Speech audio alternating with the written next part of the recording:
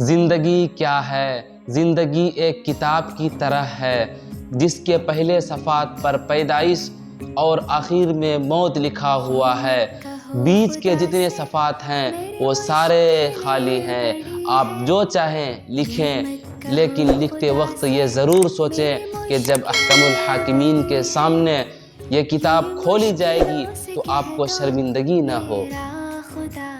مولانا روم ایک بڑا خوبصورت واقعہ لکھا۔ آپ فرماتے ہیں ایک شخص کو ایک قیمتی ہیرا ملا، انمول ہیرا، اور وہ اس ہیرے کو لے کر جوہری کے پاس گیا۔ جوہری نے جب اسے دیکھا تو فرمایا کہ میں اپنی پوری دکان بھی دے دوں تو پھر بھی میں اس ہیرے کی قیمت ادا نہیں ہو سکتی، پھر بھی میں اس ہیرے کی قیمت ادا نہیں کر سکتا۔ آپ اس پورے بازار کے اندر کوئی بھی اس کی قیمت ادا نہیں کر سکتے۔ تو فرمایا آپ ایک کام کرو، اسے لے کر بادشاہ وقت کے پاس جاؤ، ہو سکتا ہے وہ اس کی قیمت دے دے۔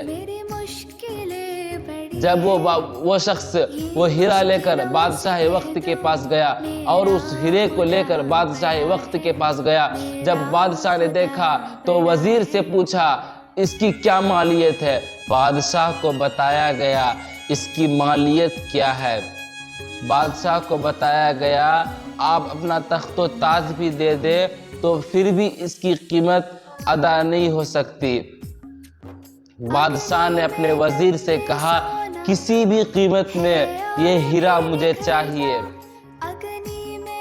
وزیر نے کہا یہ کام مجھ پر چھوڑ دیں، اور اس شخص سے کہا کہ تم ایک کام کرو، یہ ہیرا ہمیں دے دو، اور کل صبح سورج نکلنے سے پہلے، سورج نکلنے سے لے کر غروب آفتاب تک محل کے سارے دروازے تمہارے لیے کھول دیے جائیں گے۔ جس دروازے سے چاہو داخل ہو جاؤ، تم کو روکنے ٹوکنے والا کوئی نہیں ہوگا۔ وہ شخص گیا گھر، ساری رات اسے نیند نہیں آئی۔ صبح سورج نکلنے سے پہلے وہ محل میں داخل ہو گیا، دیکھا محل کے سارے دروازے کھلے ہوئے ہیں۔ وہ آرام سے داخل ہو گیا، کسی نے اسے روکا نہیں۔ پہلا حال میں جب وہ گیا تو کیا دیکھتا ہے کہ شاہی لباس پڑے ہوئے ہیں، بڑے بڑے شاہی لباس ٹنگے ہوئے ہیں۔ پہلا حال میں جب وہ گیا تو کیا دیکھتا ہے کہ شاہی لباس پڑے ہوئے ہیں، بڑے بڑے شاہی لباس ٹنگے ہوئے ہیں۔ انہوں نے سوچا کہ میں نے ایسا لباس تو زندگی میں کبھی دیکھا ہی نہیں ہے۔ تو ان کے دل میں آیا کہ پہلے ایک لباس پہن لیتے ہیں۔ تو اسی طریقے سے جب انہوں نے ایک لباس کو پہنا تو شیشے میں دیکھا، جب پہلا پہنا تو شیشے میں دیکھا، اسی طریقے سے پہنتا گیا، تیسرا چوتھا پانچواں اسی طریقے سے پہنتا گیا۔ اس میں سے ان کو ایک لباس پسند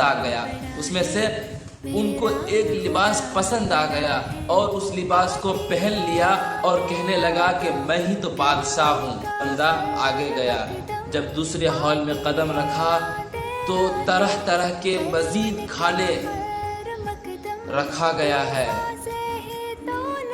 شاہی مزید کھانے، اور کھانے سے خوشبو آ رہی ہے۔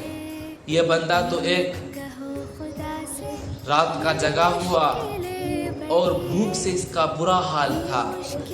جب یہ بندہ کھانے کو دیکھا تو کھانے پر ٹوٹ پڑا، کبھی اسے کھا رہا ہے کبھی اسے کھا رہا ہے۔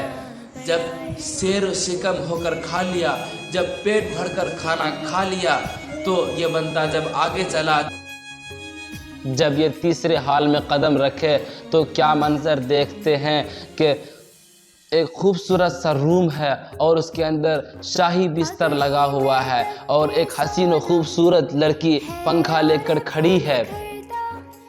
تو اس نے سوچا کہ رات کا جگا ہوا ہوں اور پیٹ بھر کر کھانا کھا لیا ہوں، کیوں نہ تھوڑی دیر اس شاہی بستر پر لیٹ کر کے اپنی سکون کی نیند گزار لوں، کر کے کیا کرے، سو گئے۔ جب وہ یہ بندہ سویا اور یہ خوبصورت حسین و جمیل لڑکی پنکھا ہانکتی رہی، جب اچانک سے اس کی آنکھ کھلی، جب اس کی آنکھ کھلی تو کیا منظر دیکھتے ہیں کہ دربان اس کو کہہ رہے ہیں کہ آپ کا وقت ختم ہو گیا ہے، اب آپ گھر چلے جائیں، آپ کا وقت ختم ہو گیا ہے۔ تو یہ بندہ اٹھا اور اٹھتے ہی یہ بندہ کیا کرنے لگا، یہ بندہ سارا سامان جو بھی تھا اس کے پاس سارا سامان اٹھا کر کے باہر رکھنا شروع کر دیا، اور بادشاہ نے ان سے کہہ دیا تھا کہ صبح سورج نکلنے سے لے کر کے غروب آفتاب تک جو چاہے محل سے لے کر چلے جائے، لیکن یہ بندہ نے کیا کر دیا، سونے میں وقت کو ضائع کر دیا۔ جب یہ بندہ اٹھانے لگے سامان تو وزیروں نے کہہ دیا کہ اب آپ یہاں سے یہاں پر بادشاہ کے حکم کے بغیر ایک سامان بھی یہاں سے آپ نہیں لے جا سکتے ہیں۔ مولانا روم فرماتے ہیں جس طرح اس شخص کو ایک قیمتی انمول ہیرا ملا اور اس ہیرے کو اس بندے نے ضائع کر دیا، اگر وہ چاہتے تو ایک معمولی سی بستر پر سو جاتے اور تھوڑا سا کھانا کھا لیتے اور تھوڑی سی نیند لے لیتے اور معمولی سی لباس پہن لیتے، اور جتنا وقت ان کے پاس بچا تھا سارے وقت کو سامان اٹھانے میں لگا دیتا، تو شام کے وقت میں جب ان کو وزیر باہر کرتا تو ایک محل اپنا تیار کیا ہوتا، لیکن اس نے اپنے ہیرے کو بھی ضائع کر دیا۔ اسی طرح ہم دنیا میں آئے ہیں تو بس ہمارا مرنا اور جو جینا ہے بس ایک راز ہے، کچھ زندہ رہنے کے لیے کھاتے ہیں اور کچھ کھانے کے لیے زندہ رہتے ہیں، مقصد ہی کھانا ہے، کھائے جا رہے ہیں اور اس کے بعد سونے میں وقت ضائع ہو جاتا ہے۔ یاد رکھیے جب موت کا وقت آتا ہے تو انسان کہتا ہے 2 رکعت نفل کیوں نہ پڑھ دوں، صدقہ کیوں نہ کر دوں، خیرات کیوں نہ کر دوں، ایک مرتبہ الحمدللہ کیوں نہ کہہ لوں، ایک مرتبہ اللہ اکبر کیوں نہ کہہ لوں، ایک مرتبہ سبحان اللہ کیوں نہ کہہ لوں، لیکن جو وقت ملنا تھا تو مل گیا۔ عقل مند کہتے ہیں کہ جسے دنیا میں رہنا ہے وہ دنیا کی تیاری کریں، جسے دنیا میں رہنا ہے وہ دنیا کی تیاری کریں، اور جسے آخرت میں رہنا ہے وہ آخرت کی تیاری کریں۔